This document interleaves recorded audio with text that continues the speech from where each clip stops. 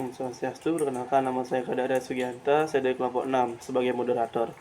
Di sini saya akan menyampaikan materi perkembangan agama Hindu-Buddha. Pembaca pertama yaitu Ketut Agustinus Sugiantara.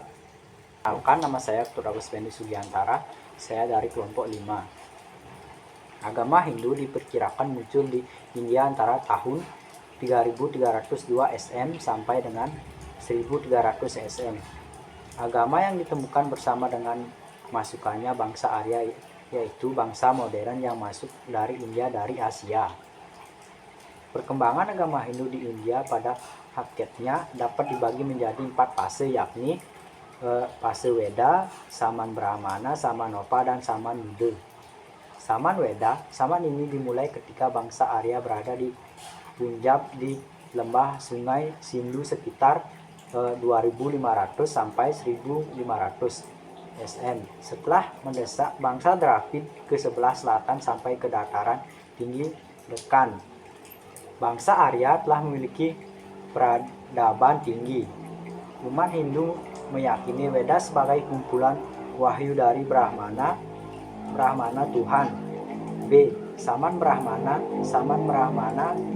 1740 SM. Pada zaman ini kekuasaan kaum Brahmana amat besar dalam kehidupan keagamaan.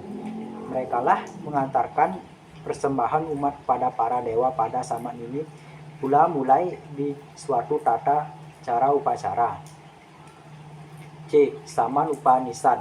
Pada zaman ini yang dipentingkan tidak hanya upacara dan sesaji saja, tetapi lebih daripada yaitu pengetahuan batin yang lebih tinggi. Saman ini adalah saman pengembangan dari penyusunan filsafat agama. D. Saman Buddha. Saman ini dimulai ketika putra Raja Sudodana yang bernama Siddhartha memanasipirkan Weda dari sudut logika dan mengembangkan sistem yoga dan semedi sebagai jalan untuk mendekatkan diri dengan Tuhan. Agama Buddha adalah perkembangan lebih lanjut dari agama Hindu-Buddha. Sebenarnya adalah sebutan seseorang yang telah memperoleh pencerahan. Hal tersebut sesuai dengan hal asal kata Buddha yang berasal dari bahasa India, berarti sejati. Awalnya Buddha bukanlah agama, melainkan ajaran dari seseorang yang telah memperoleh pencerahan, Siddhartha Gautama.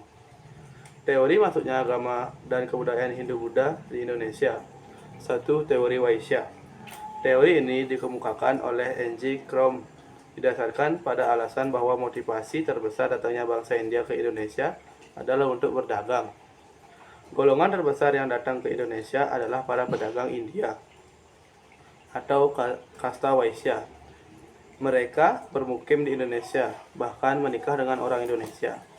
Selanjutnya, mereka aktif melakukan hubungan sosial tidak sejajar dengan masyarakat Indonesia secara umum, tetapi juga dengan pemimpin kelompok. Masyarakat teori Vaishya dilakukan kebenarannya jika para pedagang yang berperan terhadap penyebaran kebudayaan, pusat kebudayaan, mestinya hanya dapat di wilayah perdagangan, seperti pelabuhan atau pusat kota. 2. Teori Ksatria. Menurut teori Ksatria, pada masa lampau di India sering terjadi perang atau antar golongan para prajurit.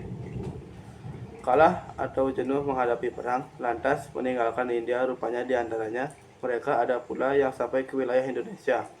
Mereka inilah yang kemudian berusaha mendirikan koloni-koloni baru di daerah Indonesia. 3. Teori Brahmana.